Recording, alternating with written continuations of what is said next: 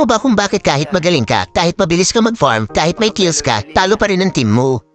Hindi palagi skills ang problema sa Mobile Legends, madalas, mindset.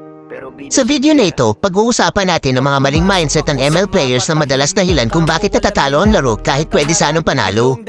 1 kills katumbas panalo mindset. Una, yung mindset na kapag maraming kills, panalo na. Maraming players ang nakala nila ang basehan ng galing ay kills, pero sa ML, hindi ito deathmatch. Pwede kang may 15 kills, pero kung walang objectives tulad ng turrets, turtle, at lord, posible ka pa rin matalo. Ang tunay na goal ay pabagsakin ang base, hindi patasin ang kills. Dalawa, wala akong kasalanan, mindset. Pangalawa, yung laging sinisisi ang teammates.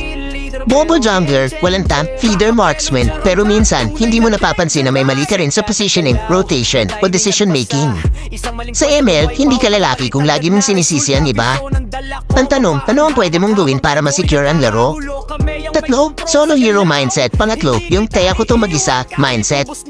Oo, may heroes na malakas, pero ML ay 5 versus 5 game. Kapag lagi kang sumasalang mag-isa sa laban, kahit magaling ka, matatalo ka pa rin kung sabay-sabay ang kalaban. Ang susi ay timing at teamwork, hindi pagiging bida lagi. 4, indoor objectives mindset. Pang-4, yung puro fight lang ng fight. May mga player na kahit walang lord o turtle objective, go pa rin ang go sa clash. Resulta't nawawala ang mapa control at lumalakas ang kalaban. Tandaan, mas mahalaga ang objective kaysa endless fight.